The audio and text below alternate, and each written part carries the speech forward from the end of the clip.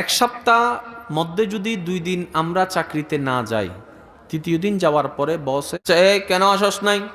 Sir আমার বউটা অসুস্থ, আমার মাটা অসুস্থ, আমার বাপটা অসুস্থ। তখন স্যারে বসে কি উত্তর দেয়? তোমার হিসাব তোমার, এগুলো ঘরের হিসাব, এগুলো এখানে বলতে আসিও না।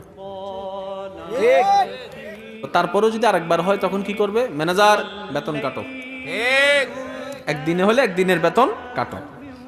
আর যদি বারবার হয়, বাস এতটুকুর মধ্যে কি কারো কোনো দ্বিমত আছে?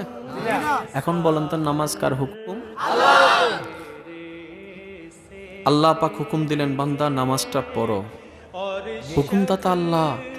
কে আল্লাহ?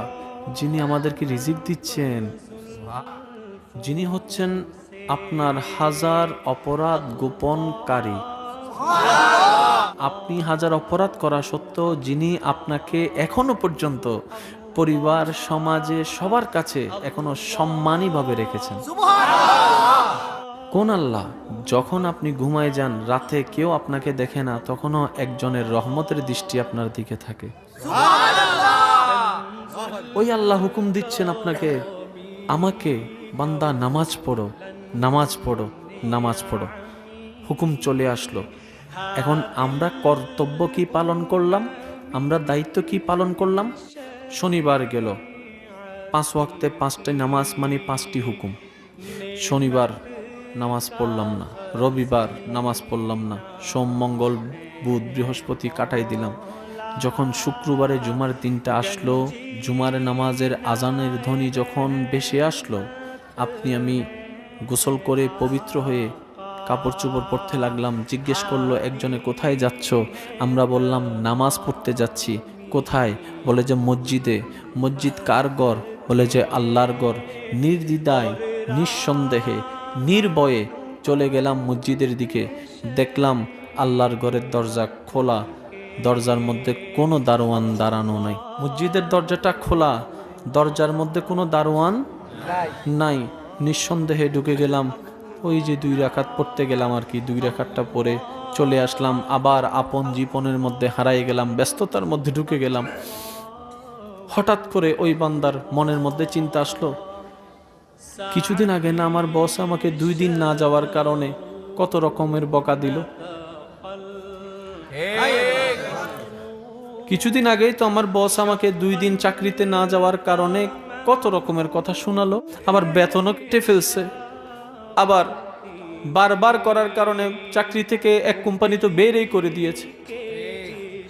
কোন রহমানের বান্দা? কোন রহমানের বান্দা? সপ্তাহে 6টা দিন হুকুম পালন করলাম না, তাও আবার ডেলি 5 বার করে। 5, 6, 30টা হুকুম শুধু নামাজের মাধ্যমে অমান্য করলাম। মিথ্যা তো আছেই, সুদঘুষ তো আছেই। তারপরে ওই দরজার মধ্যে ফেরেশতা তো নাই, ইমাম সাহেবও বাঁধা দেয় নাই, মুয়াজ্জিনও বাঁধা দেয় নাই, আল্লাহর ঘরে তুই ঢুকতে পারবি না, শনি তুই আসিস নি, রবি তুই আসিস নি। কেমন রহমানের বান্দা আমরা! শনি থেকে বৃহস্পতি যখন এই অমান্যটা করলাম, শুক্রবারে তাও 2 রাকাত পড়তে গেলাম তাড়াহুড়ার মধ্যে। মুয়াজ্জিন ইকামত দেওয়ার পরে ঢুকলাম, নামাজটা 2 রাকাত পড়ে সালাম ফিরে আবার চলে আসলাম। আগে পরে কিছুই পড়লাম না। ঘরে এসে যখন বললাম মা ভাত দাও, টেবিলের মধ্যে ভাত রেডি, তখন সে ভাতের দিকে তাকায় চিন্তা করলো, এই ভাত তো টাকার বিনিময়ে এসেছে, টাকাটা তো চাকরির মাধ্যমে এসেছে। আমার বস তো আমার বেতন কেটে ফেলেছে, কিন্তু আমার রহমান আমার রিজিক কাটেনি।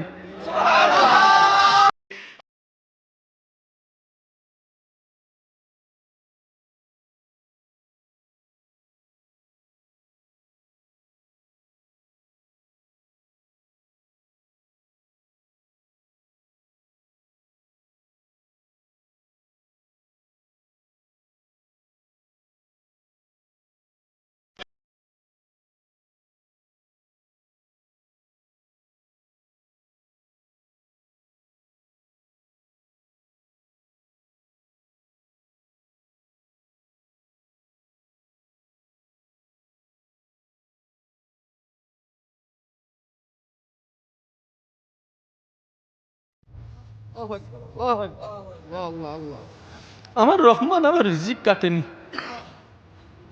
বরঞ্চ আমি যা পছন্দ করি আমার আল্লাহ সেগুলাই ব্যবস্থা করে দিয়েছে।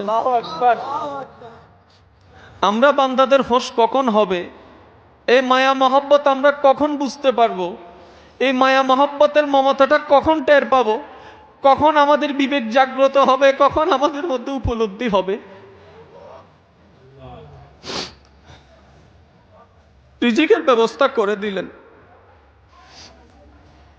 যখন দোয়া করি আল্লাহ আমার চাকরি তো নাই, আমার চাকরি করা দরকার, আমার চাকরি লাগবে, কেউ চাকরি দিচ্ছে না, ইনকামের কোনো পথ নাই, তারপরে ঘরের মধ্যে কিন্তু খাবার বন্ধ হচ্ছে না, কোনো না কোনো উপায়ে কিন্তু খাবার ব্যবস্থা হয়ে যাচ্ছে।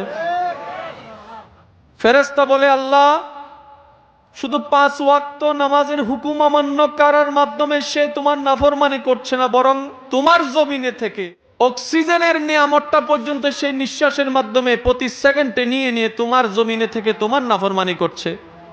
আল্লাহ আমাদের তো আর সহ্য হচ্ছে না, হুকুম একবার দাও তোমার বান্দাকে, নাফরমান বান্দাটাকে এখনই শেষ করে দিই।